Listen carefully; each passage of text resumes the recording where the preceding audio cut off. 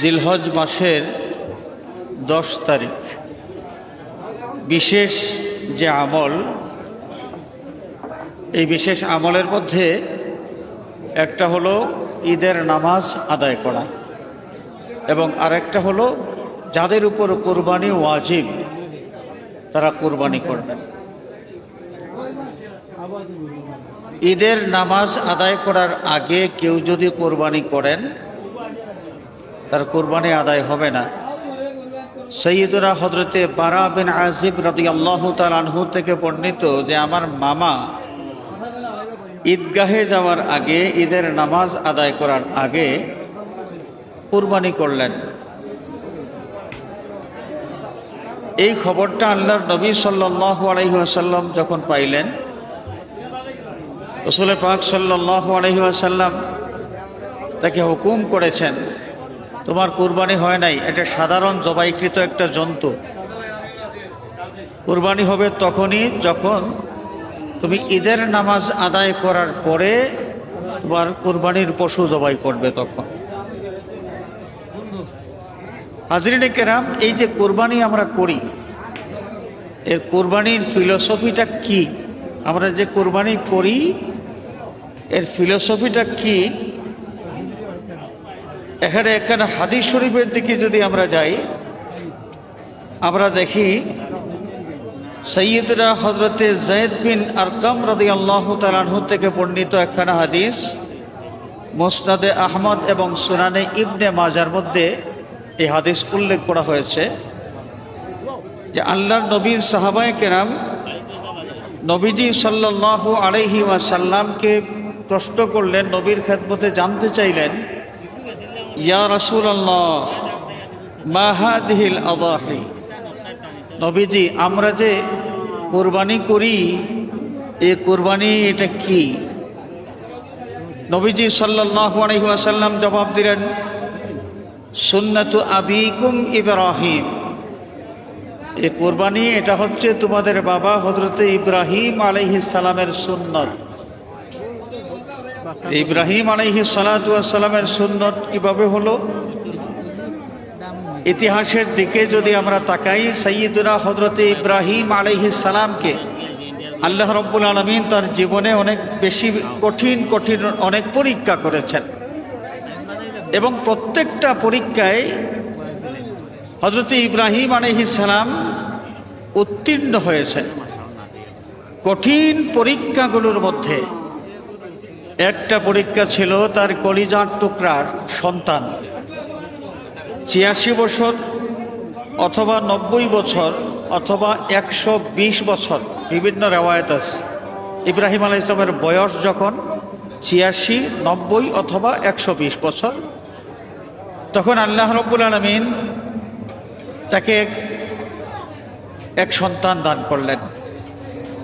আমাদের জানা আছে, ইতিহাস আমরা সকলেই জানি, ইব্রাহিম আলাইহিস সালাতু ওয়াস সালামের যে সন্তান জন্মগ্রহণ করলেন তিনি ছিলেন সাইয়্যিদনা হযরতে ইসমাঈল জবিহুল্লাহ আলাইহিস সালাম। সেই ইসমাঈল আলাইহিস সালাম জন্মগ্রহণ করার পরে বুড়া বয়সে যেই সন্তান পাওয়া যায়, এই সন্তানের প্রতি মা বাবার মহব্বত কত বেশি থাকতে পারে। এবং সন্তানেরা যত বড় হইতে থাকে, একটা বয়স আছে যে বয়সে বাচ্চারা দৌড়াদৌড়ি শুরু করে, কথাবার্তা বলতে শুরু করে, তখন মা বাবার মহব্বতটা অনেক বেশি গভীর হয়ে যায়। ঠিক এই বয়স যখন আল্লাহ রাব্বুল আলামিন হযরত ইব্রাহিম আলাইহিস সালাতু ওয়াস সালামের জীবনে আরেকটা কঠিন পরীক্ষা এখানে ঢেলে দিলেন। কঠিন পরীক্ষায় ইব্রাহিম খলিলুল্লাহ আলাইহিস সালামকে আল্লাহ রাব্বুল আলামিন ছেড়ে দিলেন।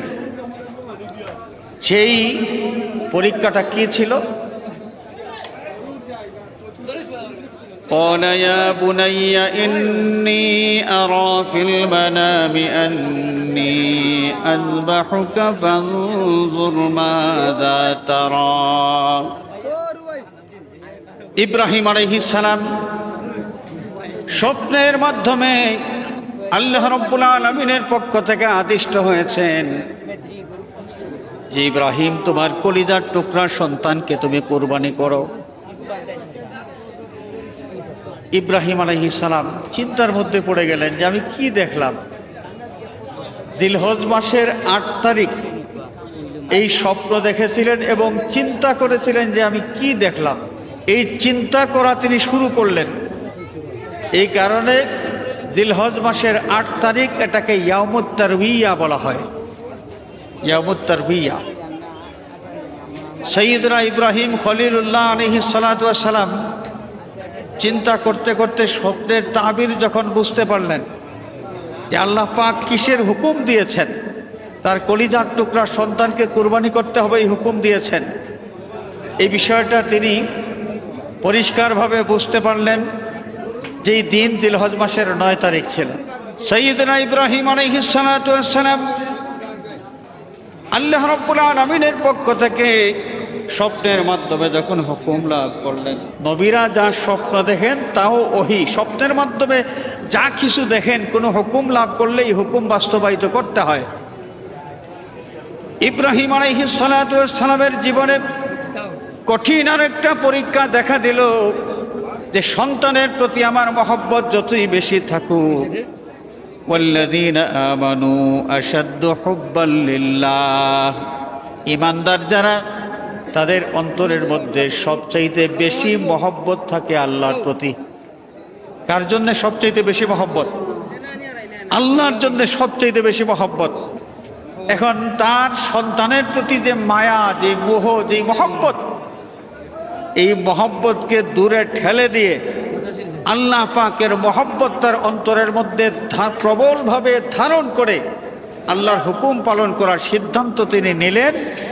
কিন্তু হুকুম পালন করতে গেলে তার যে ছেলে, এই ছেলে তাকে সহযোগিতা করতে হবে। ছেলের মানসিক অবস্থা যাচাই করার জন্যে এবং মানসিক পরীক্ষা করার জন্যে তিনি কলিজার টুকরা সন্তানের সামনে তার স্বপ্নের কথা প্রকাশ করলেন। অনেক লম্বা ইতিহাস, বাড়ির থেকে কিভাবে তিনি রওনা করেছেন, ইসমাইল আলাইহিস সালামকে কি বলে বাড়ির থেকে নিয়ে এসেছেন, অনেক লম্বা চড়া কথাবার্তা আছে। ইব্রাহিম আলাইহিস সালাতু ওয়াস সালাম তার কলিজার টুকরা সন্তানের উদ্দেশ্যে স্বপ্নের কথা যখন প্রকাশ করলেন, আল্লাহ রাব্বুল আলামিন কোরআনে পাকে সূরা সাফফাতের মধ্যে এভাবে উল্লেখ করেছেন, قال يا بني إني أرى في المنام أني أذبحك فانظر ماذا ترى। হে আমার প্রিয়তম সন্তান, প্রিয়তম ছেলে, আমি স্বপ্নে দেখেছি তোমাকে জবাই করতেছি, তোমাকে জবাই করতেছি, তোমাকে কোরবানি করতেছি। ফানজুর মাযা তারা, তুমি চিন্তা করে বলো এই ব্যাপারে তোমার কি মতামত। সাইয়্যিদনা ইব্রাহিম ইসমাঈল আলাইহিস সালাতু ওয়াস সালাম সাথে সাথে জবাব দিলেন, ইয়া আবাতি ইফআল মা তু'মার, বাবা আপনাকে যে আদেশ করা হয়েছে আপনার আদেশ পালন করুন। সাতাজিদুনি ইনশাআল্লাহু মিনাস সাবিরিন, আল্লাহ চাহে তো আমাকে আপনি ধৈর্য ধারণকারী পাবেন। অর্থাৎ আমাকে জবাই করার জন্যে যখন ছুরি আমার গলায় ধরবেন আমি বিচলিত হব না, আমি আপনার কাজের বাধা হয়ে দাঁড়াবো না, ধৈর্য ধারণ করে আপনার ছুরির জন্যে আমার গলা আমি প্রস্তুত করে রাখবো।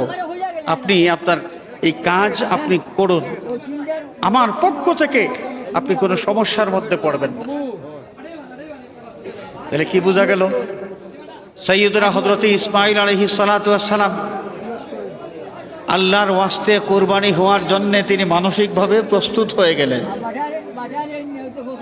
একজন কুরবানি করবেন আর একজন কুরবানি হবেন, বাবা এবং বেটা দুইজনই যখন আল্লাহর হুকুম পালন করার জন্য তারা প্রস্তুত হয়ে গেলেন, দৃঢ় সংকল্পবদ্ধ হয়ে গেলেন, তখনই আল্লাহ রাব্বুল আলামিন ডাক দিয়ে বলেছিলেন, ফালাম্মা আসলামা ওয়া তাল্লাহু লিল জাবিন, বাবা এবং ছেলে দুইজন যখন আল্লাহর হুকুমের কাছে আত্মসমর্পণ করেছেন, আল্লাহর হুকুম মেনে নিয়েছেন। কাজ শুরু হয়ে গেছে।